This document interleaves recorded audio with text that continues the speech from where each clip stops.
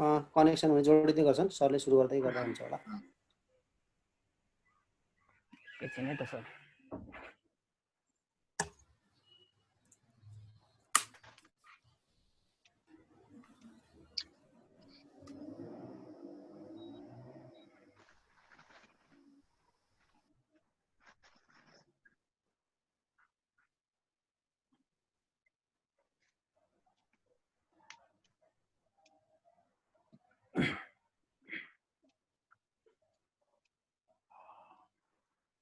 Start गरौँ sir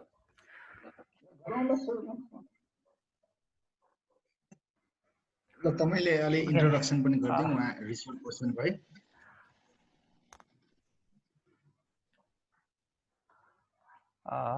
thank you very much all the participants. Let me start the program. Today we are going to organize a workshop on why deep learning over conventional machine learning and introspection. After so many programs, a series of programs that we have conducted in the last 2 or 3 months, and today we are in the new topic, and we have resource person Dr. Jude Hemnath, which is Associate Professor of Department of Electronics and Computer Engineering, Cornell University, and he is involved in many international journals, and he has played in different roles like editors, and we have other experts as well. We have Nabraj Paudel sir, who is head of Central Department of Computer Science and ID, Tribhuvan University. Similarly, we have next speaker and guest, Dr. Gajendra Sharma, Associate Professor of Kathmandu University. Similarly, Dr. Surendra Shrestha, Associate Professor and SOD, Department of Electronics and Computer Engineering, IOE Pulsuk. And we have our respected teacher, Professor Dr. Subarna Sakya, and many more experts are here. So first of all, I would like to welcome all of you, and I would like to request Nabraj Paudel sir to deliver your welcome speech. Thank you. Okay, thank you, Mr. Narendra Boraji. Respected Professor Dr.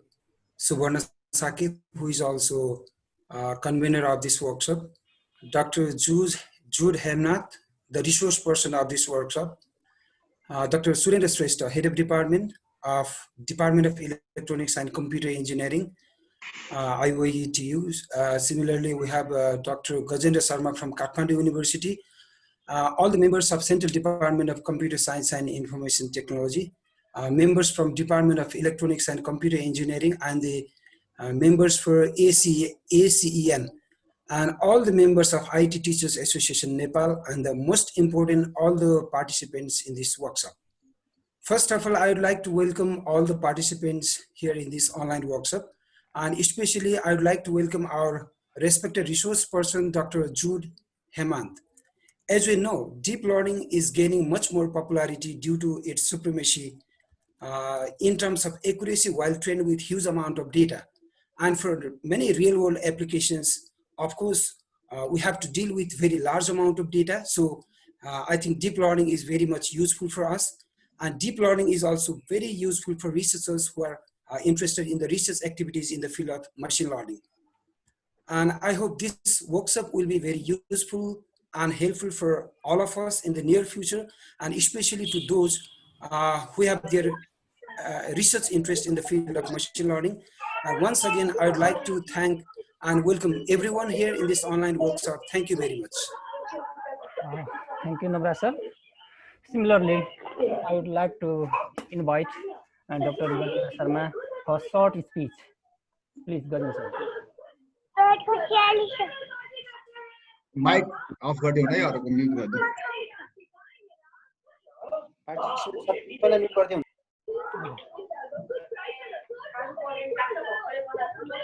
सबैलाई mute गर्नु है please आफै unmute गरौँ है त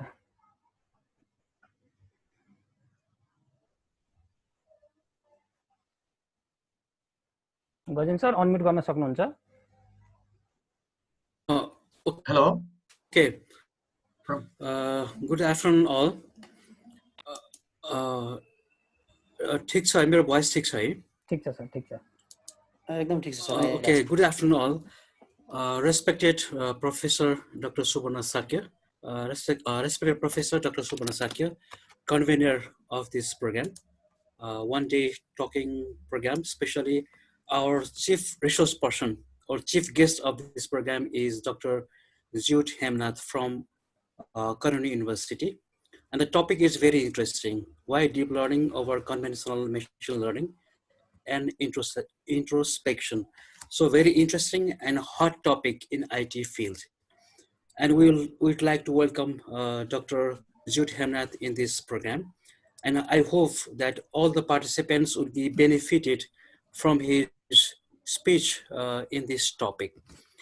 And also I would like to thank the organizer of this program by inviting me and providing me opportunity to speak few words.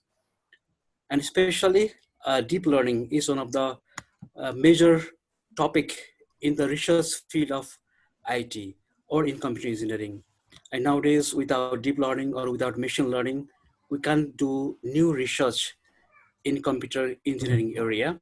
So I think all the benefits, all the participants will be benefited by listening interesting lectures from Dr. Hemnath. And again, thank you very much. And I would like to wish further success of this program. Thank you again. Thank you very much, Gajan sir. Similarly, I would like to invite Dr. Surendra Shrestha sir, HOD of Department of Electronics and Computer Engineering.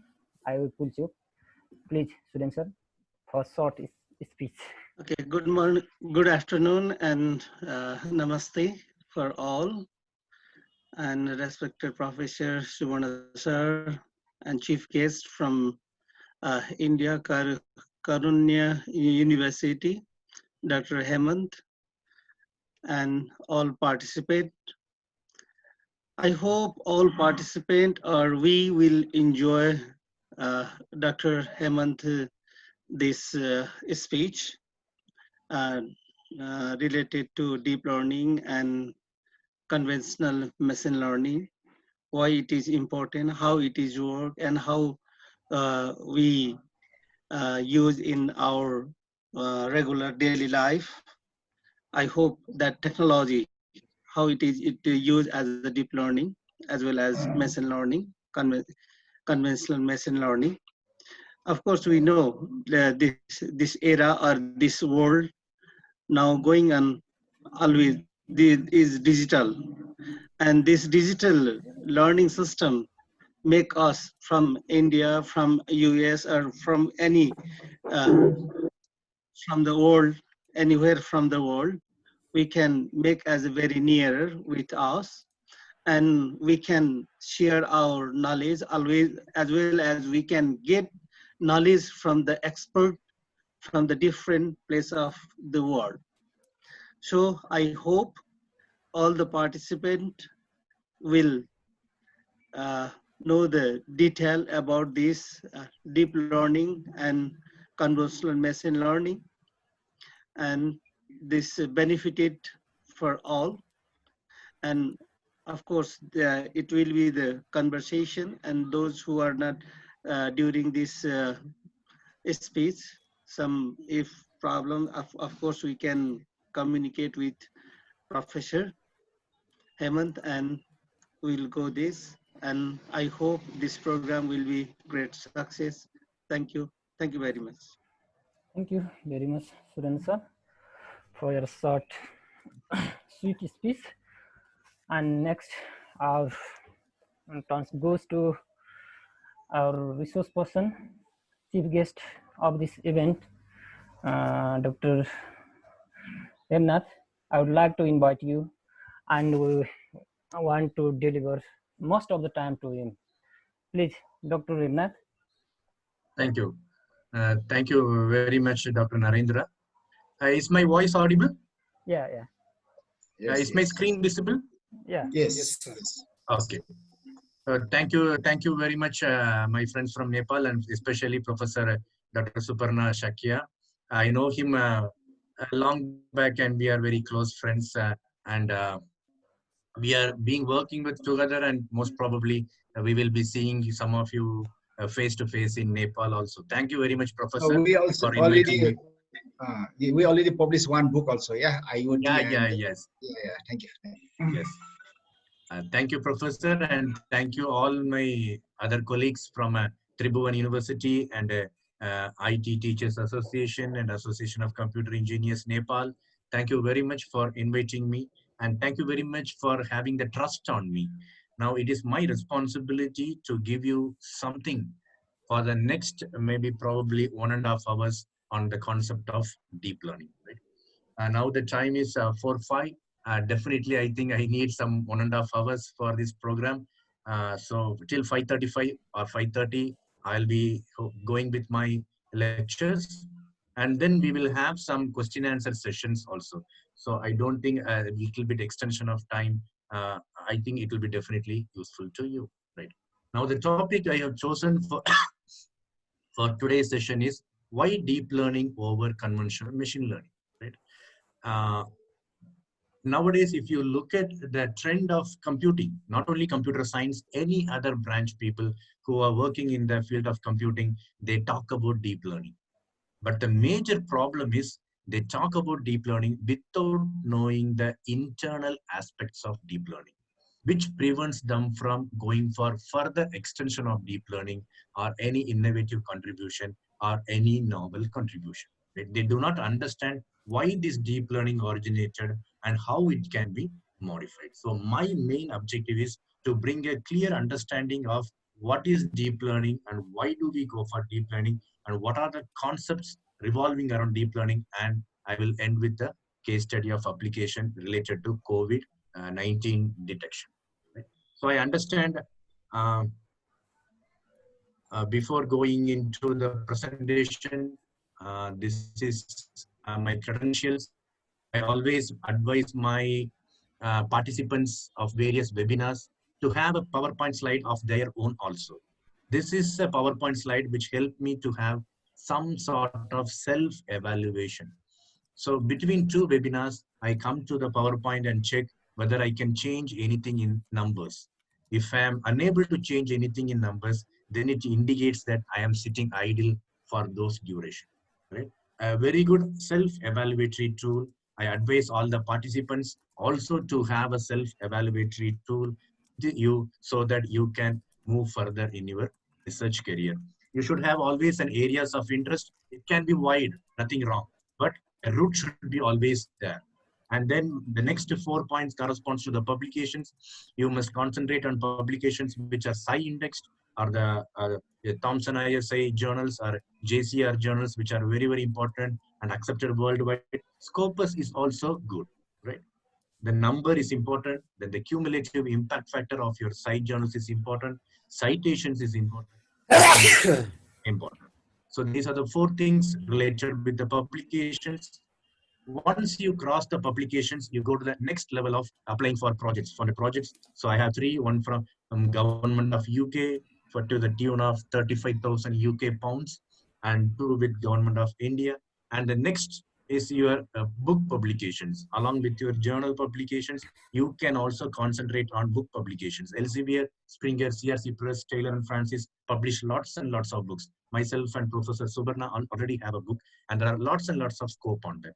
Once if you get through these basic things, then the journals will invite you for being the editorial position of their journals, right? So these are some of the journals in which I'm downing the editorial role also. It is purely voluntary, but it will be exciting and interesting.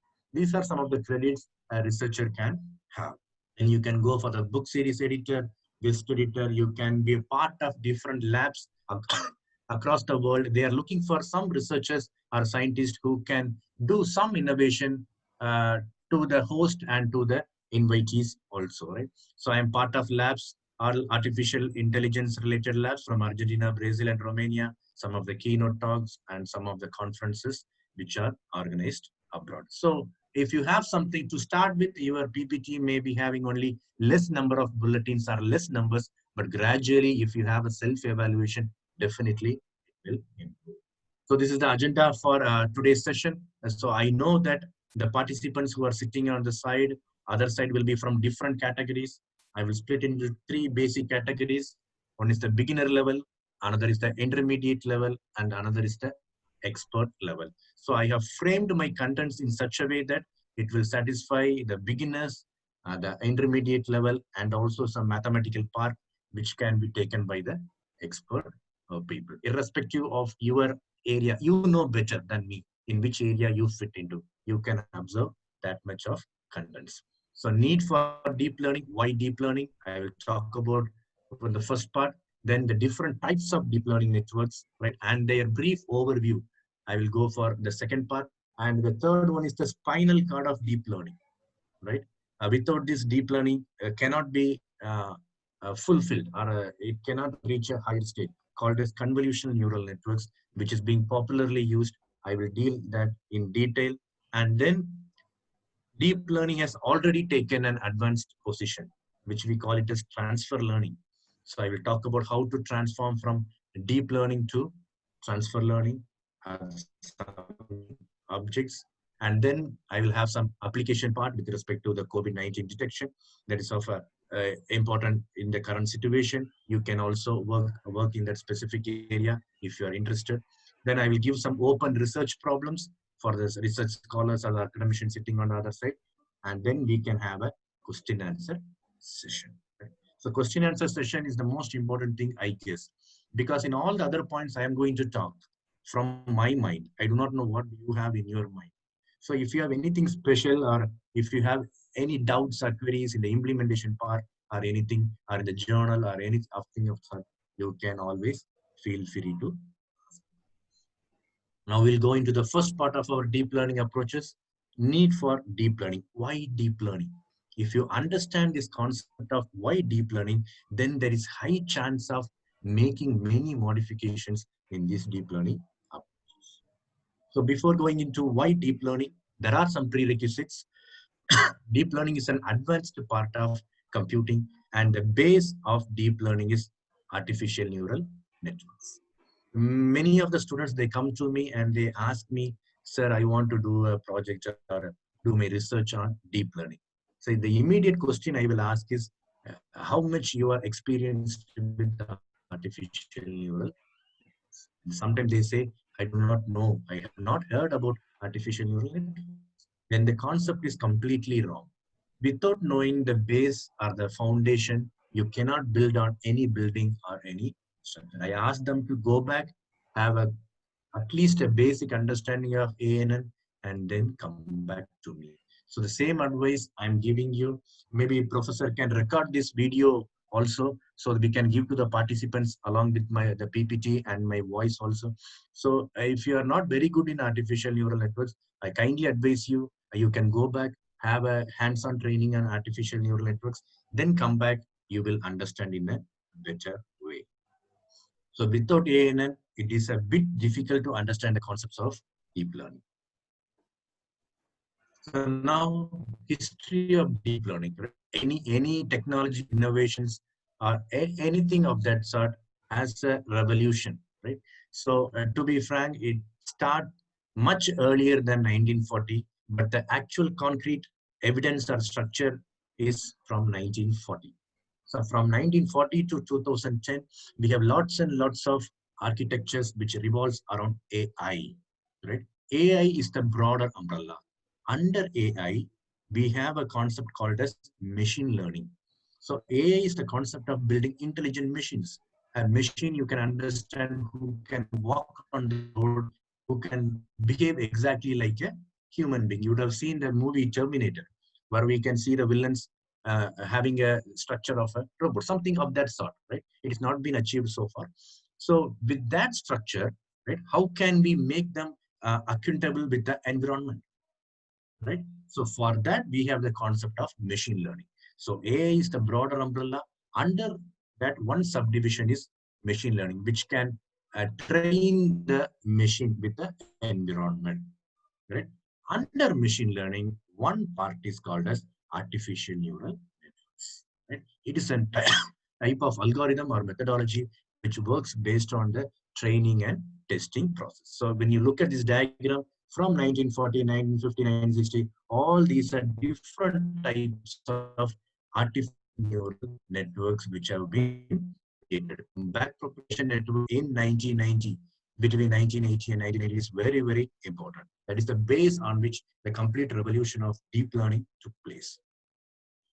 Then, now in the year 2010, artificial neural networks slowly gave way to your deep learning architecture.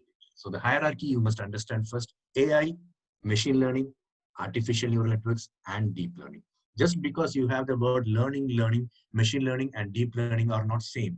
Deep learning is a subset of machine learning. So now I told you artificial neural networks is a part of machine learning and deep learning is an advanced representation of artificial neural networks. Now we'll see why should we go for deep learning when we have already artificial neural. So the word deep in the deep learning phrase corresponds to more layers. As you know, an artificial neural network, which is on the left-hand side of my diagram, right, consists of many layers. The small circles in the column-wise arrangement corresponds to neuron, and each one is called as a layer. So if you look at this diagram, the number of layers is restricted. I have an input layer, I have an output layer, then I have a hidden layer. Now, when you go for the other diagram on my right-hand side, you can see more number of columns or more number of layers. This is the basic understanding of the concept of deep in the phrase deep learning. Right? So more number of layers in the architecture. Now you can ask me a question. Sir, can't we have our conventional ANN, which is on the left-hand side, to have more layers? I told you about a backpropagation neural network, which is a multi-layer network. Then you can have as many hidden layers as you like, right? Then why should we go for deep learning? Already BPN is there. You increase the number of layers in BPN, you will get the answer. Why should I go for the next one? The answer for your mind voice or your question is more number of layers means high accuracy, right? So there is no doubt you should go for more number of layers. But the problem is if you increase the layers in the conventional ANN, or otherwise you can put as BPN. However, if you increase the number of layers in BPN, which uses a normal training algorithm, you are not going to get a complete quality result, or your efficiency is going to drop down. Right? You can have maximum of 2 hidden layers in your BPN architecture, but if you increase the layers beyond 2, you are going to be in trouble. That's why we have another architecture where we have more number of layers. Right? This is not my statement. You can go to this specific link and check that, and they have given millions of validations to prove that your conventional training algorithms will give you low quality results when you have more than one hidden layer. Now I am very clear that you must know what do you mean by deep. More number of layers, not possible with the normal BPN. So we are going for a new architecture. Next one is your second significance of deep learning. Now you come to the word learning, right? What do you mean by learning? Accustomed or getting our first-hand experience of a new data. Whenever you see a new data, whenever most of you might be seeing me for the first time, except Professor Suparna. So what happens is, okay, all my characteristic features will go into your brain. So what happens is your brain is learning. So our idea is also, this is a part of AI where we are going to create an intelligent machine. So to make the machine learn about the environment, we need to have some algorithms or methodologies. So in the first part, we saw that your conventional algorithm will fail if you increase the number of layers. So we are going to have some different set of learning procedures or learning algorithms to make sure our accuracy is going to improve. So the purpose of both the word deep and learning is to improve the accuracy or the performance. You take a simple example of number recognition, right? Character, digits recognition from 0, 1, 2, 3, 4, 5, 6, 7, 8, 9, right? Now, if you want to do it with a simple artificial neural network or a conventional machine learning system, your diagram will be like this, right? You have a database, you have a pre-processing step, you have a feature extraction, you have a recognition. I hope most of you would have seen this diagram at least. If you have not used it, many of you would have used it, you will get some results. Now, when I go from BPN to deep learning, what is new? When you look at the diagram, there is no concept of feature extraction in deep learning. As an editor of many journals, even when I receive the papers, when I give a first glance, I see most of them make mistake here. In their block diagram of deep learning, they still have the concept of feature extraction, which is completely wrong, right? So the first question you have to keep in your mind is, or first answer you have to keep in your mind is, there is no concept of feature extraction in deep learning. Now I am going to refine my sentence by saying that there is no concept of manual feature extraction in deep learning, right? Normally, we extract some features from the images or any data, then give it to the classifier. But the deep learning algorithms, that's why I told you the learning procedure methodology is completely different. Right? So when we go for deep learning, they are going to extract the features on their own. Nobody is going to supply the features to them. Right? We will see what are the advantages of doing such things. There's no need for manual feature extraction of features. So what happens here? The first one is, when you extract the features, normally the expertise necessity can be avoided. You take a medical application, right? You want to categorize between two abnormal images, but you do not know what are the specific characteristic features which are unique for each image. Only if some doctors can tell you, you can go for observing that features. If nobody is there, then you may extract some wrong features. What are these features? Say, for example, you want to differentiate myself and Professor Suparna, right? Color of the hair. Can it be a right feature? No. His color is also black. My hair color is also black. Number of eyes, number of hands, completely wrong features. So I must know prior what is the difference between professor and myself. That is called as expertise knowledge. If I don't have that expertise knowledge, classification with ANN becomes extremely difficult, because the manual features which I extract randomly may go wrong, right? So the accuracy will significantly drop down, because more number of irrelevant features, I would say. The color of the hair is an irrelevant feature that will enter the classification system or the process. Now, how to avoid that? If the system itself can extract the features, then there is no necessity for expertise, right? Then no unwanted features will enter my system, because it knows which one is required and which one is not. So in that way, deep learning is going to have more accuracy than your original system. That's why people say deep learning is accurate, deep learning is accurate. Why? Because the learning procedure is different without any manual feature extraction, and then they have more number of layers. I will tell you later slides why more number of layers lead to more accuracy. We'll have a small case study. Say, for example, I'm taking that previous digit recognition system. I'm going to extract some manual features without any expertise knowledge, horizontal lines, vertical lines, and small circles. First, we'll see about the vertical lines. So if I take vertical line as a feature, then only one digit among these should have a vertical line. But unfortunately, what happens? 1 has a vertical line, 4 has a vertical line, 9 has a vertical line. You can write your digits in different ways. 7 has a vertical line, many has a vertical line. Then ANN will get confused. It will have a problem in differentiating the digits based on the vertical lines. Then this is a wrong feature. You go for your horizontal lines. You can write even 0 with the horizontal line. You have 2, you have 3, you have 8, you have 7, you have 5. Right? More than one digit has horizontal lines. Wrong feature. Circles, small circles. You have 2, you have 6, you You have 9, maybe 0 also may have a small circle, and this completely leads to a confusion to the system. That's why we need to have some system which can extract features on its own. See, how do you see?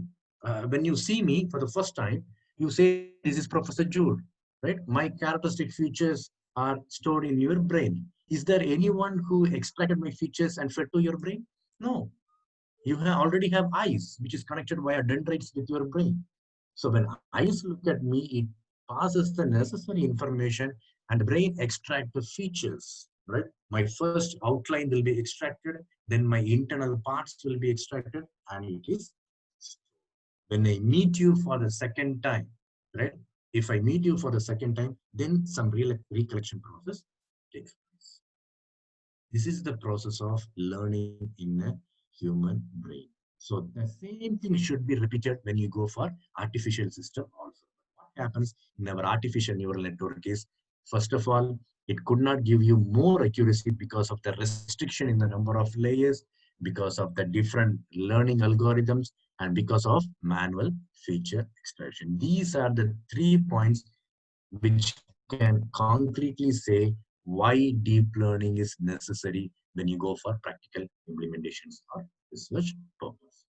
So now we'll go into the next part. Once we know the significance of deep learning or the importance of deep learning, we will go to the next part, the different types of deep learning models. As I told you, there are many learning algorithms available with the deep learning approaches. And deep learning is a common name. It's not a single algorithm. Under deep learning, you have plenty of algorithms. This is computer science or machine learning applications or algorithms where the box corresponds to our deep learning architectures.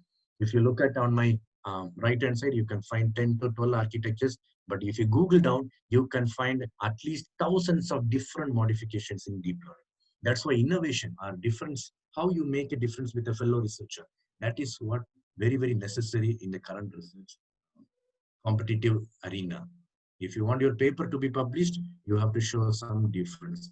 If you want to show some difference, you need to have a base understanding of what happens with these neural networks. Then we can have some modifications and then go for.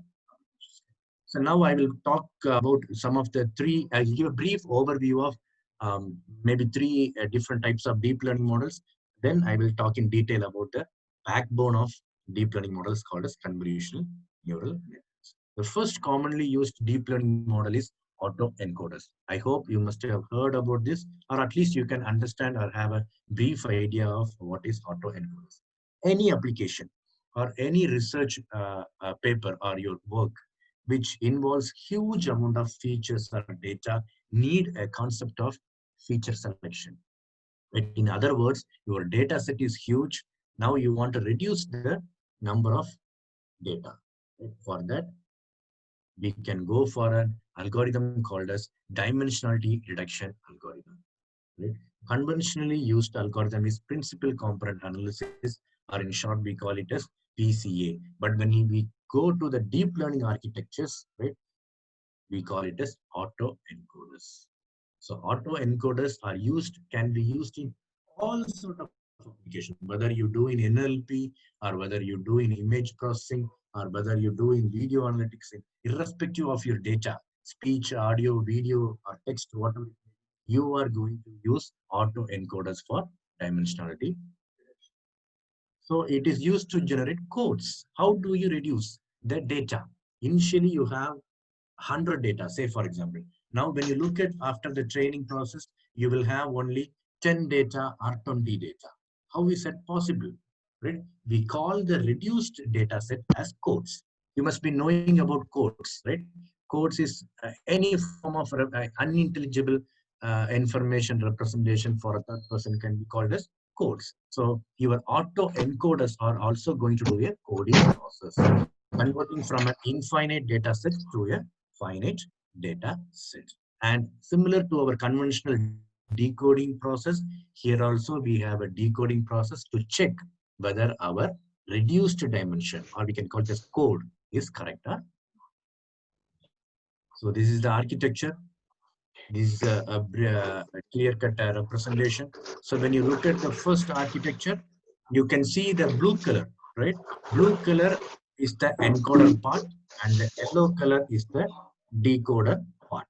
The internal possible layer it is a deep learning architecture because you have so many layers. The internal layer correspond to the red color circles are the actual codes, are the dimensionality reduced data, right?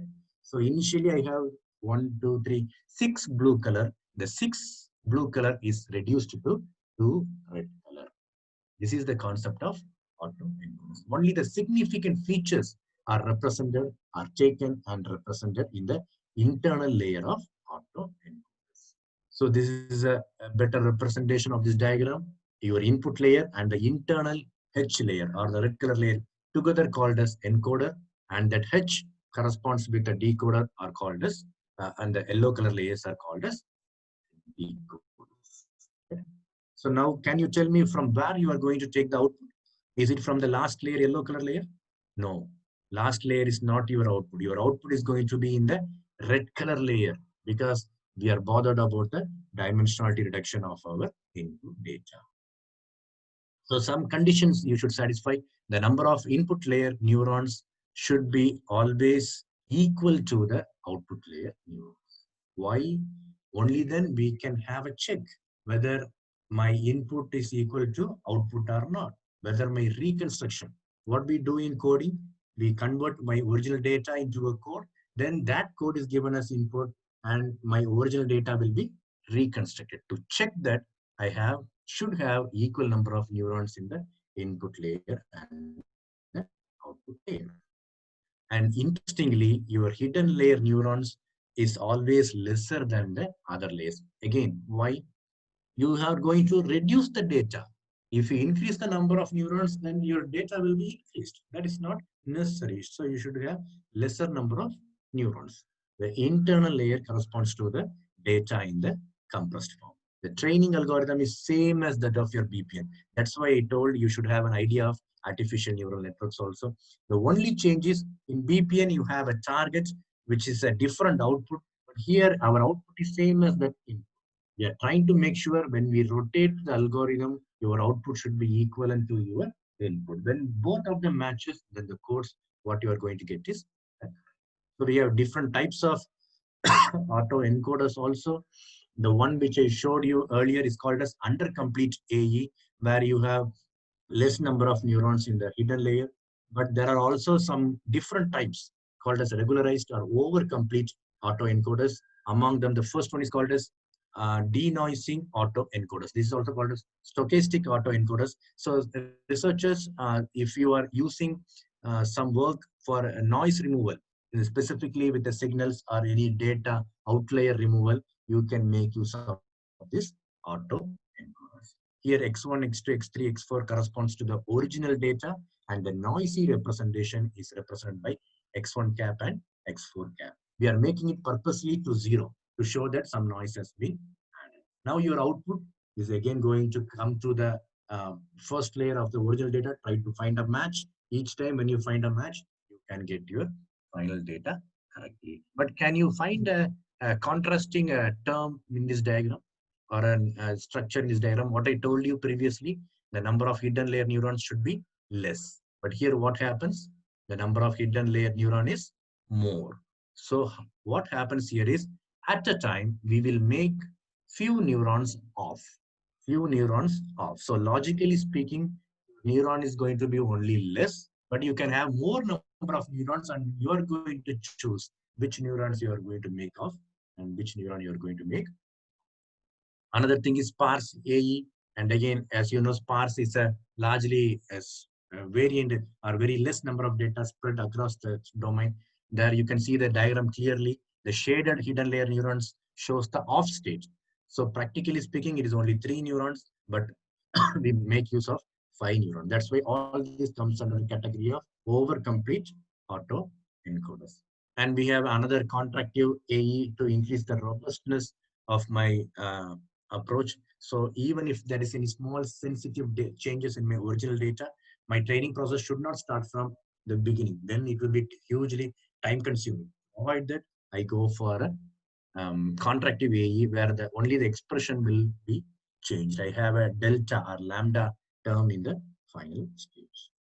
And there is another one commonly used encoders called as variational encoders. So a normal encoder, you see the human face, and normal encoder will extract the specific values, right? The features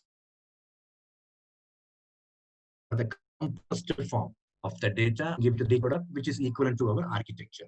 But when you go for our variational autoencoders, it is probably based, not discrete based. Discrete corresponds to the normal autoencoders. When you go for variational encoders, we have a probability based. What is the advantage of probability? That you have a curve. From the curve, you can choose any values. So if there is any change or adjustment or in the input data, that can be done, where your discrete value is going to be rigid or fixed. That is the advantage of variational autoencoders. So you are going to give your compressed form in the form of probability distributions rather than in the form of discrete values. So this is the encoder. From the probability distributions, you can extract the values as you like, and then you can give to your classifier or the final checking reconstruction process. Right? So the only thing advantage is the chances or the choices of giving the values is more. So variational autoencoders are being widely used now, but if you are a beginner, even you can go for an under complete AI if you want to reduce the number of features. So this is the complete architecture of variational autoencoders.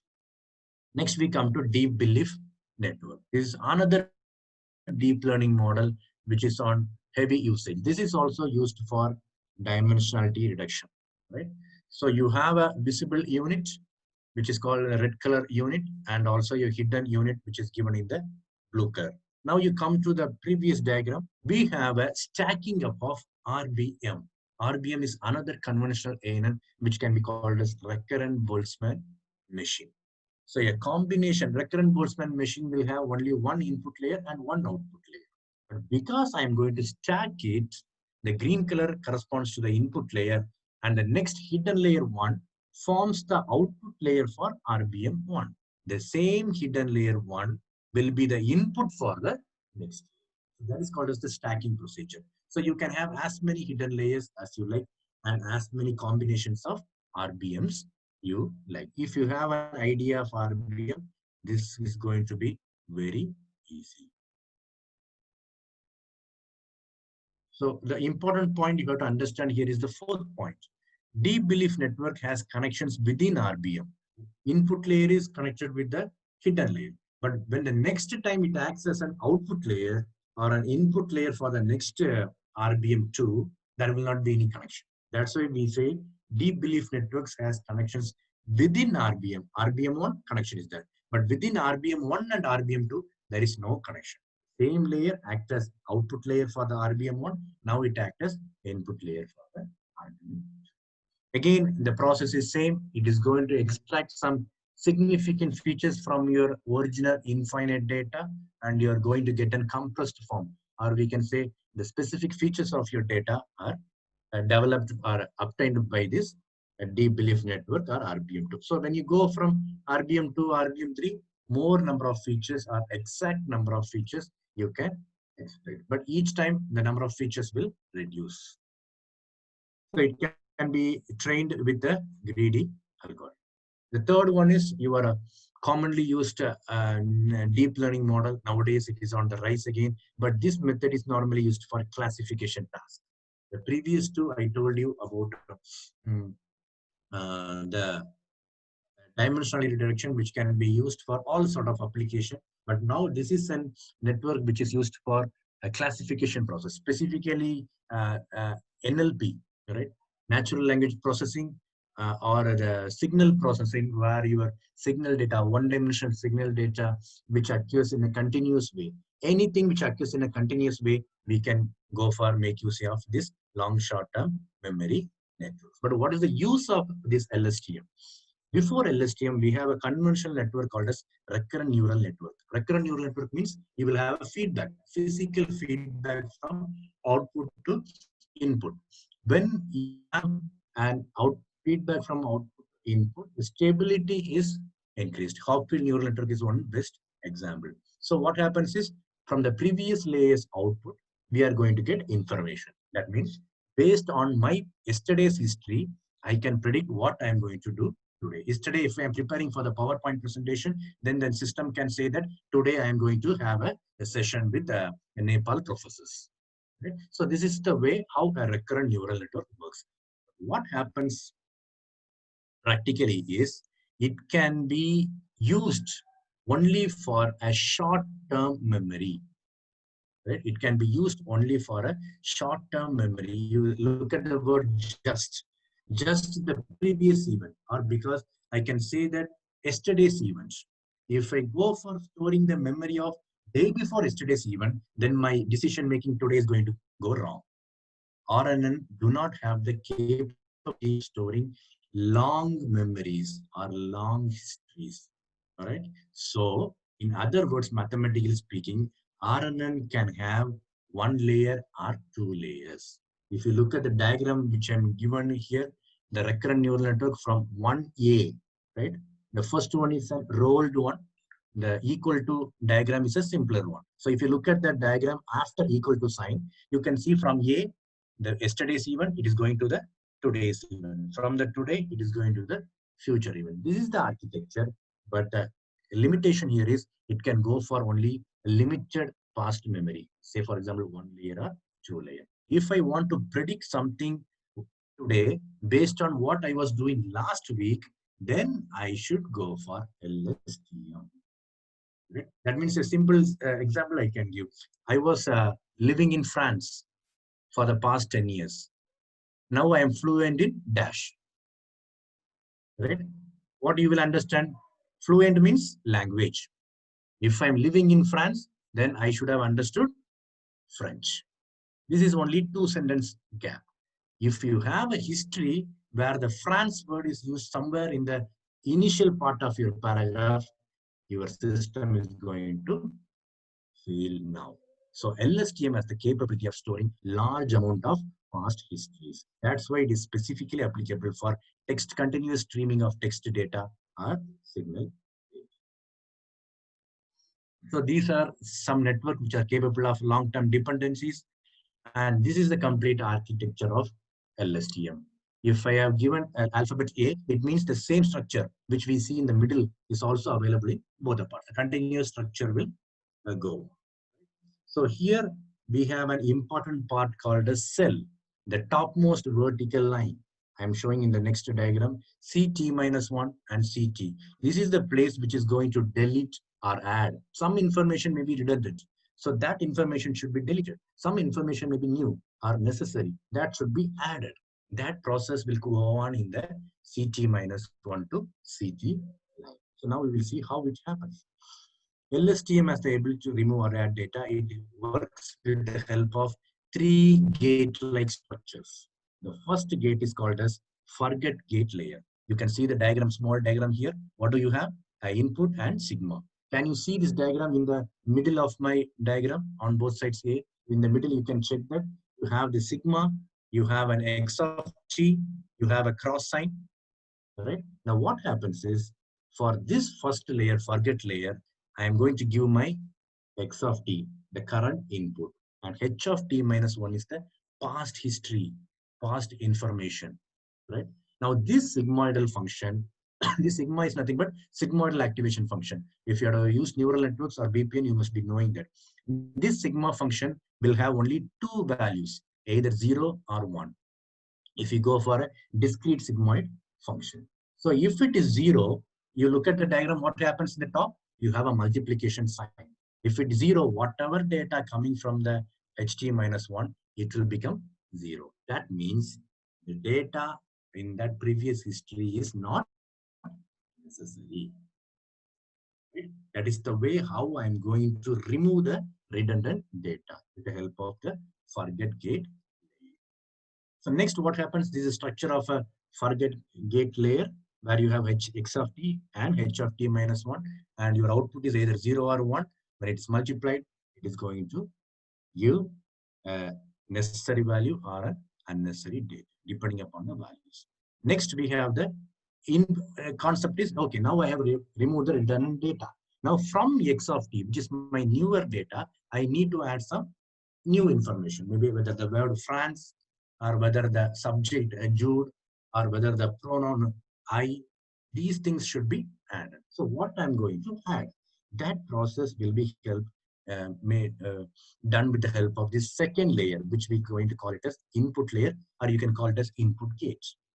So when you look at this diagram, this part of this diagram, you can see that X of t is the same input, that sigma is going to check whether it is 0 or 1, the same process. The forget get layer and the first part of your input layer is same. Now the second part is of interesting. Tan h. It is going to give a value in the range between +1 and -1. Right? So whenever a data comes here, if it is multiplied with 0, right, then the data will not go to your topmost portion of C of t minus 1 line. It is multiplied by 1, depending upon whether you have +1 or -1 from tan h, that is going to reach the Ct minus 1. Because you can see that the diagram you have, there is plus. You can see in this diagram, the diagram you have is plus. Right? So whatever is coming from the Ct minus 1, after removing the unwanted data, will be added with this current data. Not all the current data. Again, there we have a check. Only those which is important from the current sentence or data will be added. That will be given to C of. Now we come to the third layer from where we are going to get the output. So your output expression is based on your h of t, and this C of t, how do you get this h of t? C of t, which is in the topmost portion, is given in the reverse side. It is passed through tan h. Again, we are going to have a check. The sigmoidal function is always used to have a check, whether it is 0 or 1. It goes there. If it is allowed to pass through, come and it forms the h of t. From h of t, you can find your output. So you can predict alphabet by alphabet when you go for your data. So x of t can be f, x of t minus 1 can be the previous word's letter. So based on that, we can go for, or even in signal, speech recognition, or weather prediction. If it is the data is in the form of a signal, then also you can make use of this LST. The idea is based on the past history. Past history in the sense a long history, you are going to make a decision or a classification process. This is the idea of LSTM. So LSTM, autoencoders, and your deep belief network. These are the three commonly used ones. Methods. There are also some other methods like generative adversarial network scan. So these are highly advanced one, right? So once you get a hands-on practice on these stuffs, right? The codes, Python codes are already available in the net. If you want any help from me, I can also help you, right? It is available, already available, from where you can go for very good implementation. But my sincere request is have a detailed understanding on the basics. Otherwise, things will not move when you go for developing a contribution. Now we come to the fourth model of deep learning called as deep convolutional neural network. So why? So whenever you study some technology or innovation, you must understand why. Why not the previous one? What is the need for CNN? The first frame deep learning model is not autoencoders, not deep belief, not LSTM, not CNN. It's called as deep feed forward neural network. In short, we can call it as DFNN. Right? So this is the first framed one from the transformation of artificial neural networks. People were very happy. They have many layers and the algorithm is different, and it was giving very good result until they reached this specific case study. What is that case study? What is the drawback of that? Same number recognition we will have. Now look at the first diagram. Okay, this set of diagram. What do you see on the first left-hand side diagram? You see 8. The system also says that it is correctly 8. Deep feed forward neural network. Now when I given data of 5, it says it is not an 8. So it is a bi-level recognition system of whether it is 8 or not. If it is 8, it is saying 8.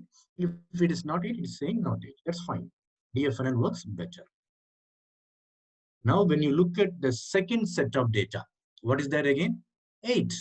But the system or the DFNN says no idea. The second, the last fourth one, I'm giving 5. But again, it says, what is this? I do not know what is this object is. This is surprising. Between the first set and the second set.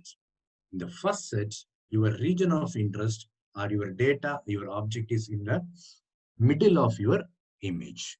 But what happens in your second set is, it is somewhere in the corner of the image or in the entire region of interest. So what happens here? We need to train our system with all possible positions of it. Otherwise, it is going to say that I do not know it. So what I will do, I will make different in different parts of the images. But how many positions are there? Infinite number of positions. How can I make this many images? Already deep learning has more number of layers. Then it is going to have more complexity. Now, if I increase the number of images also, right, system is going to fail. Then you can say, as computer engineers, you can say that, sir, I'm having the advanced graphic cards, the supercomputers, the best possible system, everything you can have, absolutely fine. But still, I am asking you, if I am sitting, I should be Jude. If I am standing, I should be Jude. Right? Does it make sense to give different names when I'm going to sleep or taking bath or sit? Or does it look comical? Right? So your DFNN fails in that category. Now you need a system, irrespective of the position of your data in your entire frame. It should give the correct. The resultant is convolution, not convolutional neural network. It is convolution. Have you heard about this convolution? You should have studied something in your signals and systems, some structures. I'm not sure how many of you know the process of convolution. Even in mathematical transforms, we will have this convolution. As per Wikipedia, convolution is a mathematical operation on two functions. Let's say, for example, f is my original image. Now, when I multiply or convolve with another image, what I'm going to get? I'm going to get an output, which is a modified version of one of the original images. What is the modified version? When I look at my output, my data will be in one corner. Can you guess what happens here? Automatically, if I give a data, the position is changed by the system. I am not going to do anything. Right? This is the process of convolution. So if I mix this artificial neural network with convolution, the resultant is your convolutional neural. The base idea of CNN. Right? You have an image, when you convolve with another random empty image, you are going to get an output, which is a modified version. That word is very, very important. Modified version in the sense, first image, your data may be in the center, now it may be in the corner, or automatically it is being translated. So with this is what we need. If this is satisfied, then that deep learning network can accurately identify all the objects. Let us take a simple image, right? You can see a baby sitting on the duck, right? If you ask a human being, he can immediately say that this is a baby sitting on the duck. And if the baby is sitting on the middle part, then the DFNN also can say yes. But if it is not in the middle part, it is going to fail. Now, how your convolution is going to solve this problem? Look at this diagram. This is the way convolution is going to solve this problem. The original image, right, with the baby sitting on the duck has been splitted or subdivided or manipulated into many small sub-images. How many images you have? 1, 2, 3, 6, 9, 10, 11. 11 cross 7 or 7 cross 11, right? So my entire image has been automatically, I'm not doing anything, automatically subdivided by this convolution. Now you can see the body part of the baby or the child or the boy is available in more than one sub-images. The position is varied. So if I know this is a body part of a child, then immediately the system will recognize that the child is sitting on it. This is why CNN gives high accuracy rather than any conventional. Now our duty as mathematical engineers is to check how we can split this image. Right? So we will go into the neural network now. This is the entire structure of convolutional neural network. We have an input image. Next, we have a layer of convolution. What is the purpose of convolution? To split the single image into many images. Next, we have a concept called as max pooling. I will tell you later. Then we have fully connected network. This is the part where the actual classification process takes place. Then we are going to decide whether it is A or B. Now we will go, but some critical issues you have to know. How many convolution layers should I use? How many max pooling layers should I use? Nobody knows. This is one of the research challenges in deep learning models. If you can go for a combination setup for this, then it will be very much useful for the research community. So for people, randomly they choose one convolution layer, then max pooling, another convolution layer, and so on. So now we'll see how we do in convolution. Convolution, right? This is an image of a dog. This is what computers see. Computers see only numbers. So what I'm going to do is I'm going to play with numbers and split this entire image into small sub. So I'm going to do, assume my original image is of size 32 cross 32 cross 3. 32 row pixels, 32 column pixels, and 3 corresponds to the RGB values. Now you assume you are entering a dark room. Right? You are searching for an object. What do? You will have a torchlight or a flashlight. In Indian system, we make use of a torchlight and flashlight. I think Nepal system is also same. So what we'll do, we just lit our torch and show it in some portion of our room. So only that portion of the room which is covered by my torch will be seen as output. Now, can you correlate? Can you find an analogy? The entire room is an image. In that image, I'm using a flashlight and I'm taking one portion or sub-image from a complete image. That flashlight is going to be called as a filter, or other word, kernel, or other word, mask. What is this filter? Don't worry about that. This filter is a small size matrix, a 5 cross 5. Say, for example, a 5 cross 5 or a 3 cross 3 matrix, which will have smaller values. Your image pixel intensities will have higher values, but these have smaller values. This doesn't have any information. You remember our modulation process in communication systems, right? We mix our original signal with the carrier. Similar to the carrier, here we don't have any information. But what happens is when this matrix, small matrix is overlapped with the specific portion of my original image, I'm going to get many small images. So how I'm going to do? Each filter parameter. Take, say, for example, you take a 5 cross 5 matrix. 25 values you will have. Take the first value and multiply it with the original intensity value of the image, or the first pixel value of my image. Multiply that, do the process for all the 25 things, and then you put together or add everything. How many numbers you will get? You will get one number, right? Now what you have to do? Move the filter on a different location of the image. Say, for example, first 5 cross 5, the topmost, leftmost 5 cross 5 would have been occupied. Now you shift to another 5 cross 5. Right? You can use a sliding window method or a normal method. Shift to another 5 cross 5, another single value. Now you move to another thing, another single value. Likewise, depending upon the positions you are moving, if you are moving 784 possible locations, then you will get 784 single numbers.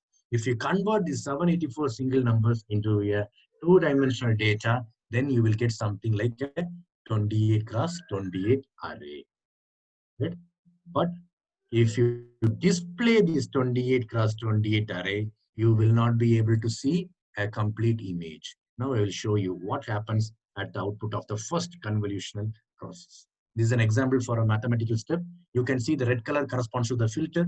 The blue color corresponds to the complete image. Now I'm overlapping. I'm showing you one portion, right? So 1, 1, 1, minus 1, minus 1, 1, 1, 1, minus 1 is going to overlap. So what happens? 0 into 1 plus 1 into 1 plus 0 into 1 plus 2 into minus 1, and this rotate for 9 times. And finally, I'm getting come to the last extreme right hand side block, the green color one, minus 4. That is the single value obtained by this position. Now the same filter I'm going to repeat for another, say for example, 8 positions, right? So I will get 9 values, which corresponds to the first green color matrix, 3 cross 3. Right? So this is the output of my first convolution layer. One output, not many output, first output of my convolution layer. Now my question is, if the torchlight which I have taken to the dark room is very small, then the portion will be also very small. I will not be able to see. So what I will do, I will take a better focus light. I can change the filter also. I can bring another filter also. So more number of filters, the complexity will increase, the calculations will increase, the outputs will increase, but at the same time, you will have accuracy. That's why I told in the first slide that if we increase the number of layers, I will redefine my statement. If we increase the number of convolutional layers, right, the chances of accuracy is very. Now, this is the original image. This is the car image. Now you can on the this is hiding. The images are hiding here, but you can see. I think you are able to see the 10 rectangular windows there. Can you see that?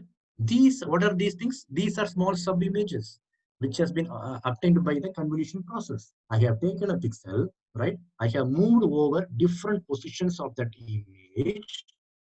I found many single values. I converted into a two-dimensional matrix, and the first rectangle on my right-hand side is that. I took another filter. Again, I repeated all this procedure. I found the second rectangle. So more number of filters, more number of sub-images.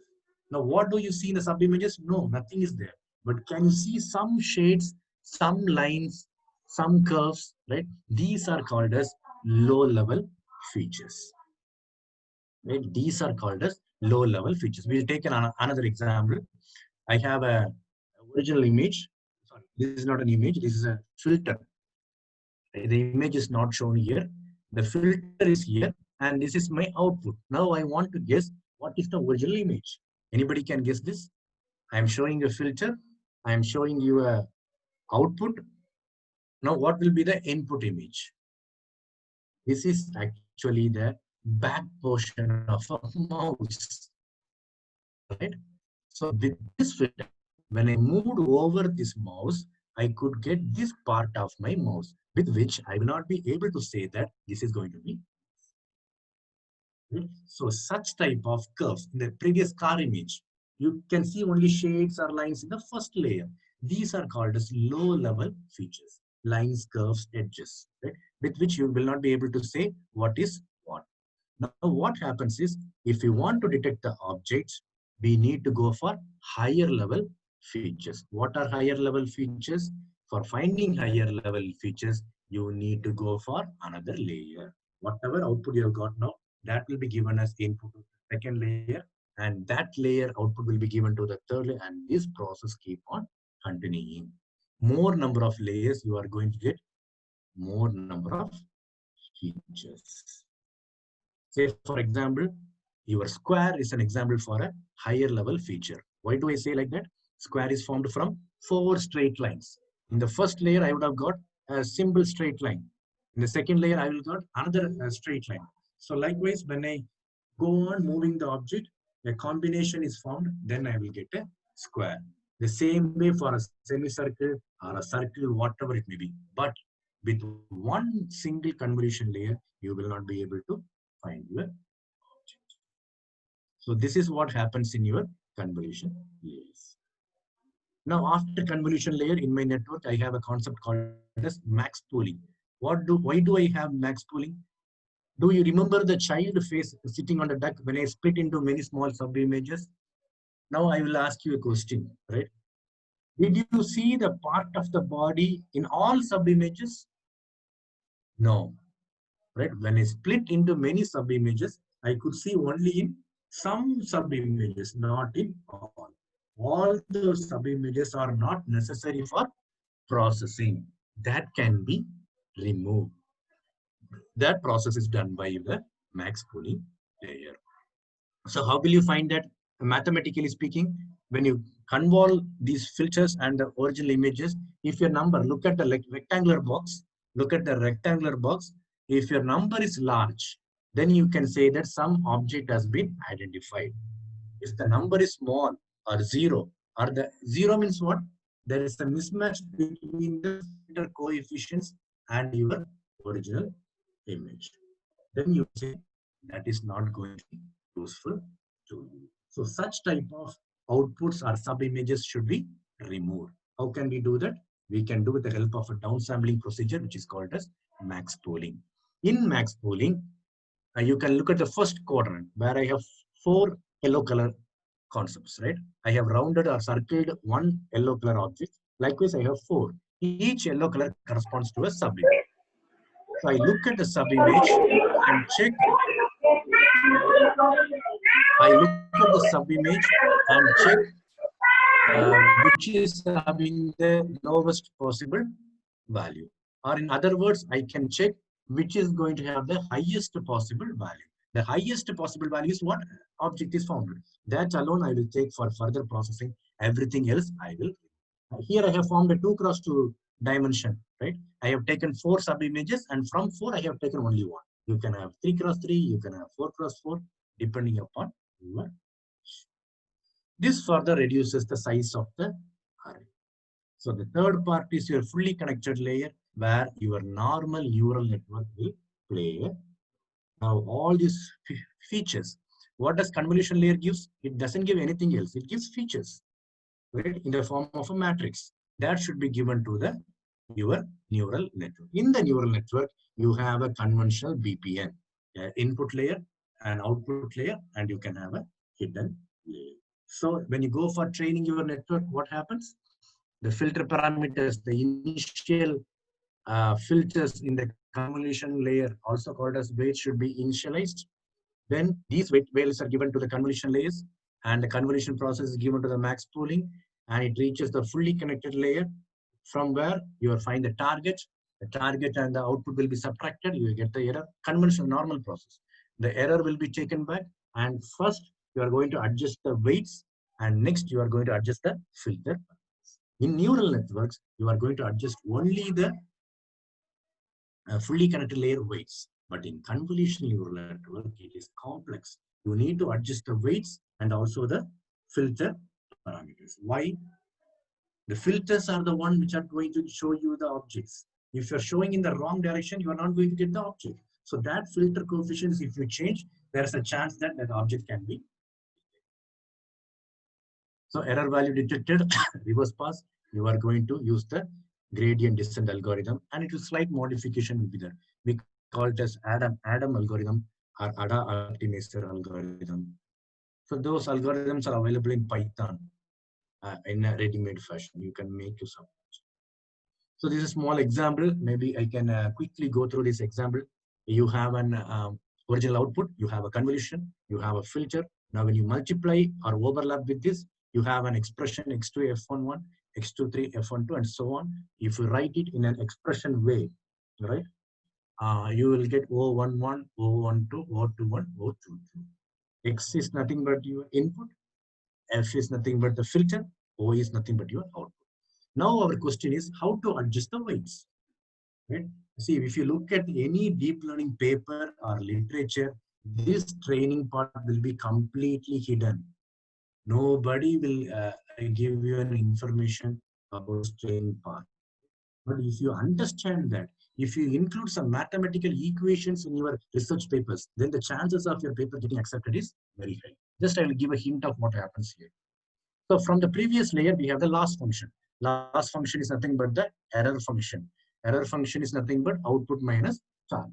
Now, when you come back in the reverse direction in the reverse path for adjusting weights, your dou L by dou O, the loss function will be adjusted. Your output layer will be adjusted first, or the fully connected layer will be adjusted first. Then we have the filter coefficient adjustment in the convolution layers, X and F. X is an input, that is not necessary. F is what we want to adjust. So the formula for adjusting F with respect to what? My error value. What is my error value? L. So dou L by dou F, the formula is dou L by dou O into dou O by dou F. Simple expression. If you cancel dou O and dou O, you will get dou L by dou F. That's what I have given you. You want to find dou L by dou F. If you find dou L by dou F, you can adjust your filter parameters with this equation. F updated is equal to F minus alpha into dou L by dou F, where alpha is called as the learning rate. Right? So how to find dou L by dou F? That is the training procedure. Right? So you have dou L by dou F, but you also have an expression O11 is equal to X11 F. So now if you want to find dou O by dou F, it is very easy. Right? The remaining one is constant, which is equivalent to your x11, x12, x21. Now, after finding dou O by dou F, you can find dou L by dou O, multiply these two things, you will get dou L by dou F. But the complexity here is not one filter, we have many filters. So you have to add everything together. F11, right from the first output till the last. Same process can be repeated for finding your X also. Dou L by dou X. If you find dou L by dou F, it is for filter. If you find dou L by dou X, it is for your input. Same expression, very simple expressions.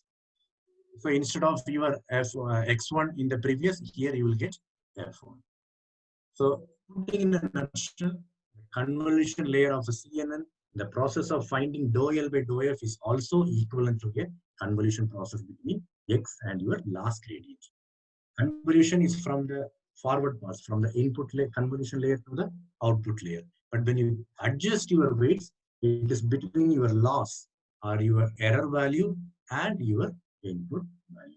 Again, you are not going to based on the loss value alone. You are going to base on the gradient of the loss. Why you have this gradient? Any idea? Gradient means differentiation or derivative, right? What is the differentiation value of phi? 0. But what's the integration value of phi? Phi c. If you want to make your value 0, even it get trapped in some constant value, not to 0. That's why we go for gradient of loss rather than going only for the loss. So this is a sample code. If young researchers are there, this is normally written in Python. Python is very good. But if you have MATLAB 2019 also, you can make use of that. You can go to that code. You can have the convolution layers. All the complex process which I explained now is available in a nutshell in this code. Right? You have to specify kernel size, the filter size, the filters, number of filters, the size of the filter, and then your input data. Right? Your input data can be in a three-dimensional mode or in a volumetric analysis also. 3D CNN is also possible. Here I have shown only convolutional 2D CNN. If you have convolutional 2D, it does the process of all the things which I explained before. Then we have the max pooling layer. We have the dropout layer. This is called as an additional concept which is used to avoid overfitting. Right? Overlearning is not good. We always advise the students to study, but studying too much is also not good. So what happens here is, if we study too much, we also take the noises from the images. What do you mean by studying an image? Region of interest should be studied. But if you study the noises also, then you will get a confusion. Provided we go for losing 1.25 means for every 4 neurons, you are going to remove 1 neuron. So depends upon that, you can go for that. But the major roles are played by convolution and max pooling layers. You can have the activation function, RLU function, softmax function in the final side. And this is a training algorithm. The last but one line which says ADA delta. You have Adam optimizer algorithm also, or you can have ADA delta algorithm. So this is what I want to give you in a nutshell, right? This red color corresponds to the convolution layer and the max pooling layer, which does the process of only feature extraction. It is not doing classification. Do you remember the first point I told you why deep learning is important? There is no manual feature extraction. Features are extracted automatically by the system. That is done by the convolution layer and your max pooling layer. Then we have our normal neural network. It is only a normal neural network, right? But before that, we have a feature extraction process which is done automatically. But in our convolutional system, it is done by the manual. That is the only. So if you study neural networks in a better way, that will be much more better. Or you can refer some of my YouTube videos where I have given a detailed explanation on artificial neural networks, its formation, and that conventional training algorithms. So many combinations of networks are available. You can refer this link where you will get more details. Many softwares, depending upon the software use, you can go for your application. Python is good, but if you know other languages, that is fine. Language is not important. What algorithm methodology you make is more. A high-end processor is good, but still I do with my laptop, MATLAB 2090, it works. So it depends. So now we come to the last but one part of our session, transfer learning, right? So far we saw about the deep learning models. Why deep learning? And we saw 4 models: LSTM, autoencoders, deep belief network, and CNN in detail.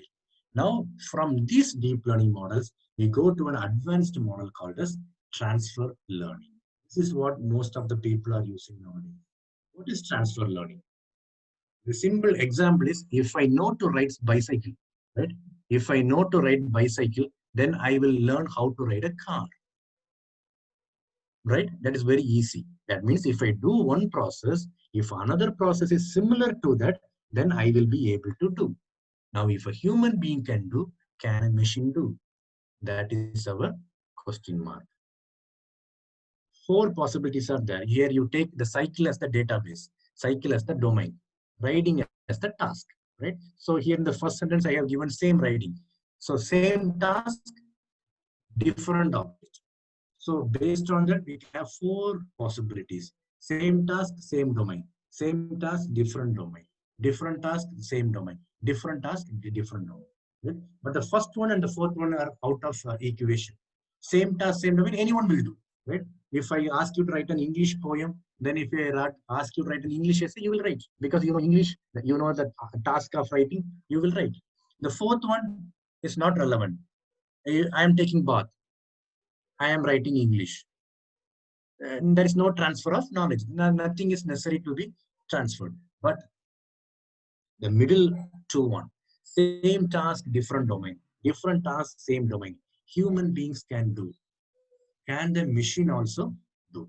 That is the um, question mark for our problem, right? If a machine can classify lung images, can the same machine classify the brain images without training? That is the interesting question. Now we'll see what is the same task, different domain. Different domain means database, right? If you're working in lung images, a car image can be different domain. So here I have 2 different types of databases, 5 and triangle and dots. So these 5, I'm going to do the process of classification. And look at the classification process. I have both 5 and different shapes put into the same place or put together.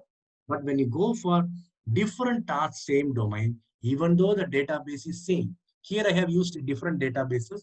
Here I'm using the same data set, all human faces, but the task is different, right? In the first case, in the output, I have both data from 5 and triangle. Both are put in the same category. But here, even though they are human faces, each one of them are having a different name. Right? That is the difference between your same task, different domain, and different task, same domain. Now, our application or is maximum related with your same task, different domain. If I can classify lung images, can I classify brain images? So we will concentrate on this specific same task, different domain. So if human beings can do B and C, how will deep learning approaches perform in these cases? We'll have a small study on this. Most of the supervised deep learning models, such as CNN, require large amount of data. You should have heard about that. Deep learning needs large data, large data, large data. Why? Irrespective of the position of the region of interest. Sometimes it may not be. The second one, most deep learning models are specialized for a specific domain or a specific task, right?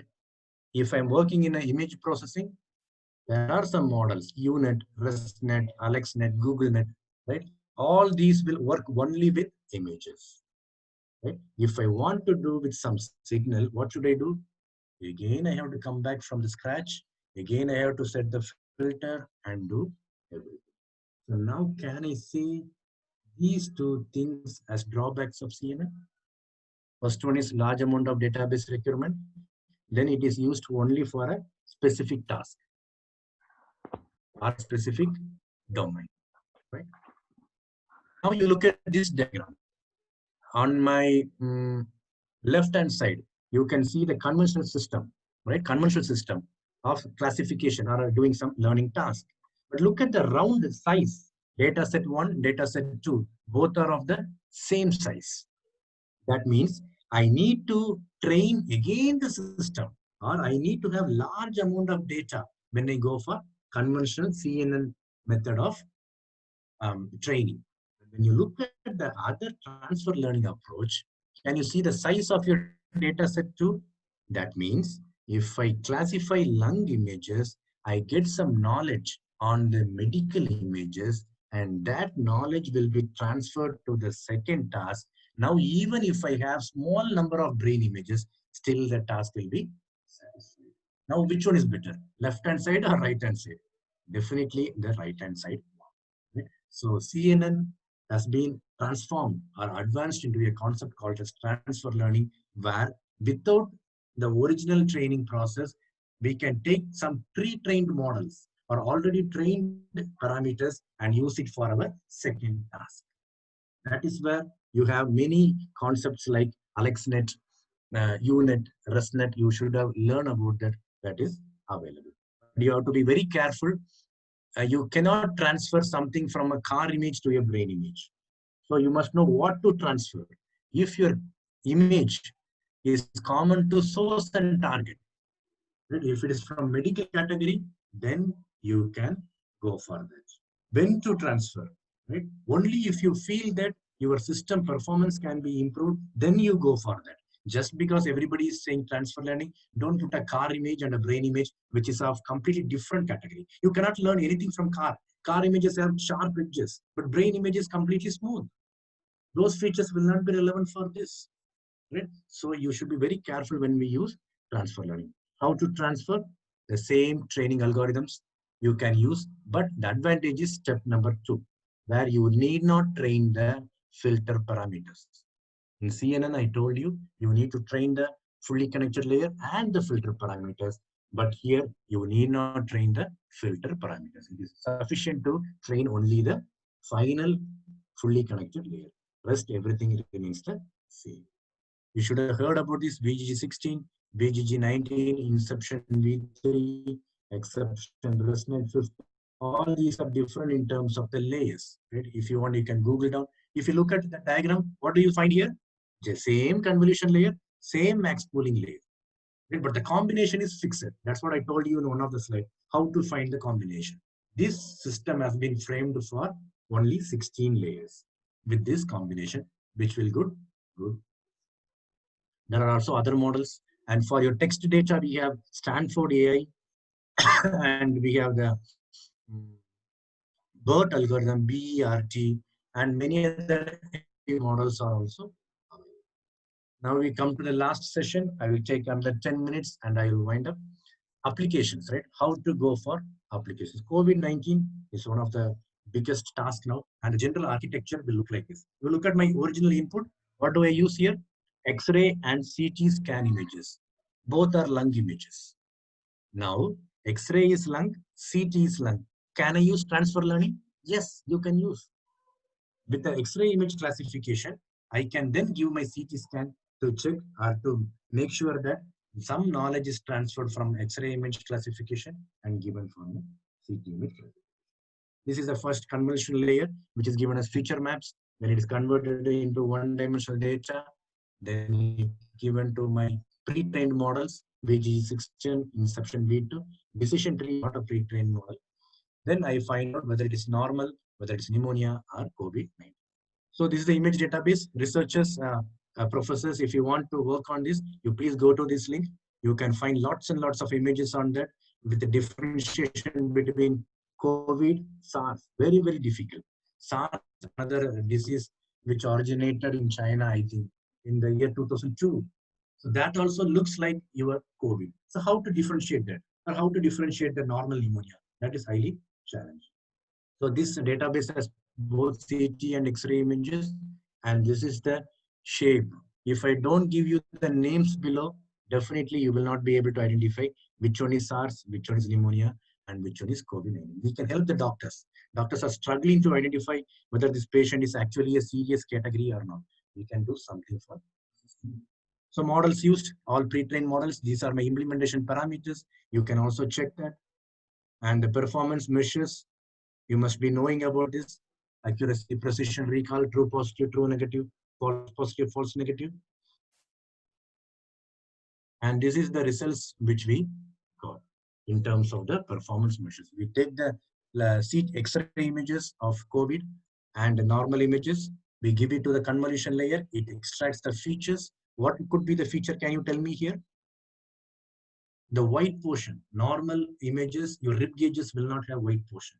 But here you will have white portions in 90 because it is mainly because of the sputum or something similar to that. So that will be extracted, max pooled, given to fully cut layer. It will be trained. Then once trained, now the pre-trained model I will take, then I will give my lung images, right, in the form of CT or other position I can give, then I can take. Depending upon the number of classes, I will have the number of output layer neurons. Here it is 2. So my output layer neurons also 2. Whichever is giving a maximum value, I will choose put in that specific category with the help of the confusion matrix.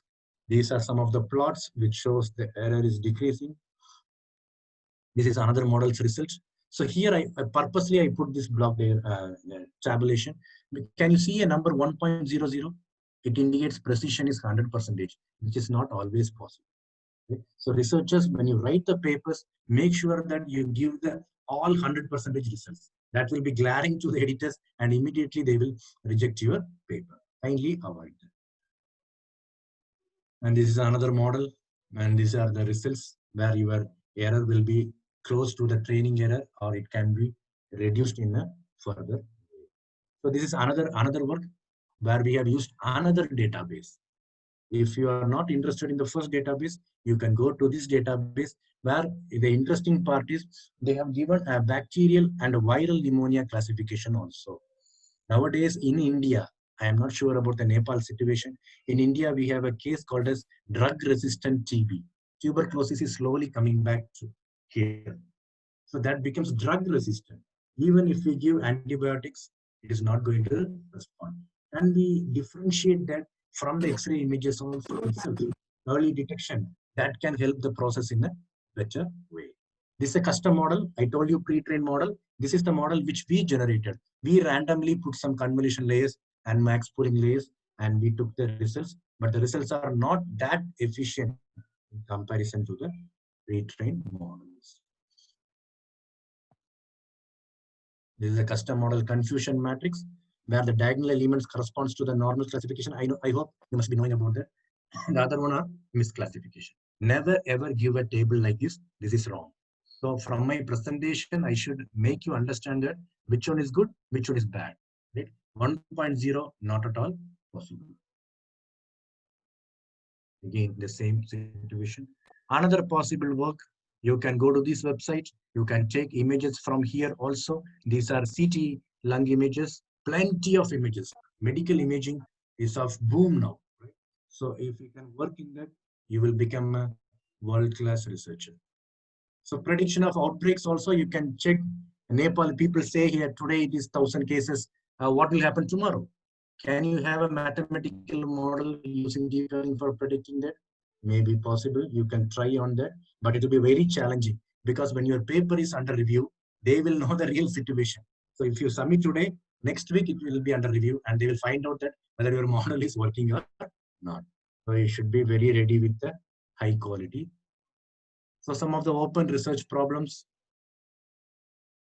can you find something equivalent to convolution? Convolution process is equivalent to feature extraction. Can you find simple mathematical operation which can replace the process of convolution? How do you fix the number of layers? I told you randomly I chose it. Can you frame some mathematical formula or say that in medical images, go for this. Other images, go for this. Can you do something on that? When executing more images, what happens to the computational complexity? Whether it will take more time. So how to attack that? Can you make some small changes here and there so that your time period will come down? Specifically, what is your contribution in the model?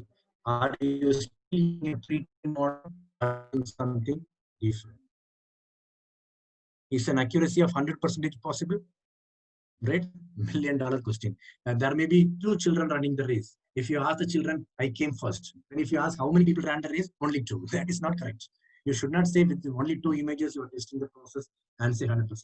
It's not at all. That's what I want to say. I think I have taken almost 1.5 hours. Beware, AI is extremely dangerous for human beings. Always have a plan B if you deploy it for real-time applications. God created human beings. Human beings want to create something different, a machine. Right? If we fight against God, God will give punishment to us. Maybe either in the form of natural calamities or something like that. Right? He will suppress us. But if you create a machine, if a machine revolt against you, do you have the firepower to control it? Think about it, researchers. When you do work, be careful. Thank you very much. That's what I want to say. I hope you should have got some basic understanding of why we go for deep learning, some brief overall idea on the different types of deep learning models and convolutional neural network. If you have not used, you can make use of that. I have given the Python code also. And then we went for the transfer learning, where it's an advanced form of deep learning, which is much more easier in terms of complexity. And one case study where we saw that we can work with COVID images. The databases you can take, the process is same. Just give that images, take the answer, and I showed some results which is not acceptable. Still, if you want to have some guidance or help from me, you can always feel free to contact me. This is my email, my phone and WhatsApp number, my webpage where you can find my research on real-time researches going on, and this book depository where you can find more contents on deep learning. Thank you very much for your patience listening. Next, for some time, we can have some question answer session by which you can have your specific doubts. Thank you very much. Thank you, respected resource person, Dr. Edna sir. And next, we are in question answer series. If you have any question, you can put. Please, all the participants are requested to put your question if you any have. I think there are some questions in chat box as well. GS has asked a question: How do feature extraction work? You are asking from deep learning point of view, or if you go for normal artificial neural network based implementation, we extract manual features. In the sense, if you have an image, I use mathematical formulas. We have many mathematical formulas available in Google, like entropy, energy, correlation. That I will apply to the input image. I will take the mathematical values, numbers, and then I will give to my neural network for the training and testing process. When you go for your convolution neural network, I do not do this process, right? The convolution layer, as I explained to you earlier, the convolution layer itself is going to extract small low-level features from the first layer, second layer, higher level features, and finally, it is going to give you the complete feature set. So this is the difference between ANN and deep learning based feature extraction process. Serval Orange data mining tool also works for deep learning and data mining in the sense, what's the nature of the data? Right? You must understand one thing very clearly. Your computer, deep learning is going to be a computer.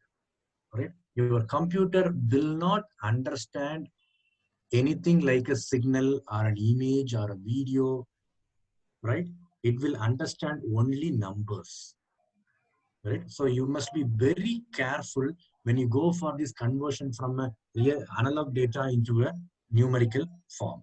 Whether your data is a text data or a signal data or image data, whether it will be convertible into a numerical form. If you can do that, then definitely that tool will work for deep learning. Deep learning is going to consider everything only in the form of numbers. Thank you, Saroj Maharajan. Thank you, sir, for thank you very much. Then the same question is repeated again, Jyotirmai. And then Dolma Sherpa, great learning. Thank you. Jayanti, thank you very much. A very informative session. If you have any Anyone questions, else? If you want, you can directly come to the Zoom live and you can have your doubts cleared. I understand most of you may be in beginning stage. So once if you look at this video again and again, you may get a better understanding also.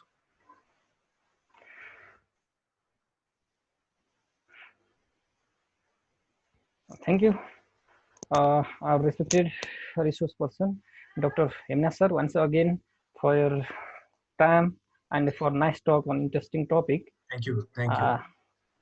Next, I would like to invite convener of this program and our respected teacher, Professor Dr. Subarna Sakya, for concluding remarks and for also closing the program. Thank you very much. Thank you very much. Thank you, Professor Dr. Jude Hemanta, for your nice presentation and very informative presentation already mentioned in the comment chart. So everybody is happy with your presentation. We have we got very knowledge about the deep learning and machine learning also. And today our topics is Professor Dr. Jude Hemanta is given us machine learning and deep learning. Why deep learning over conventional machine learning and introscriptions. So these are the very nice topics and very informative also. Thank you very much once again to him. And likewise, I thank to ESN Association of Competitions Nepal organization, and as well as the head of department, Dr. Surendra Shrestha, as a special guest of this ceremony, Department of Electronics and Computer Engineering, as well as Mr. Navaraj Paudel, head of the department, and is also coordinator of this online workshop.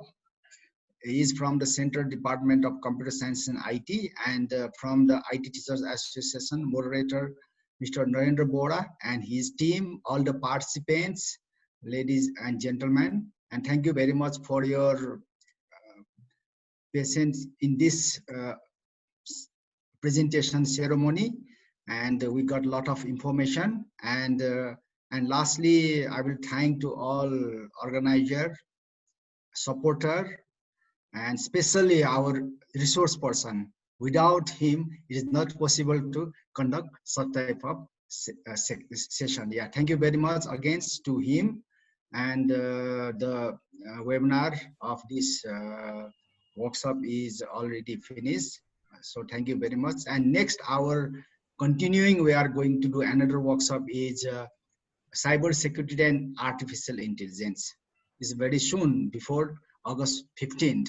I already talked with some expert from US professor and from one professor from the India also. So maybe we will organize very soon. And Narendra Bora and Anku, they are helping us for this another webinar. Thank you very much. And Professor Dr. Hemant also helping us to give some resource person of this another webinar also. Thank you very much. So frequently we are going to do such type of webinar in our future also. So thank you very much, Narendra Bora. Thank you, So sir. Thank you. So you can say something. Thank you. Okay. Thank you, for sir. Thank you. Thank you. Thank you. Thank you, all of you. And Dr. Gajendra Sharma also, okay? Thank you, sir. Thank you. Thank you, sir. Thank you. Thank you.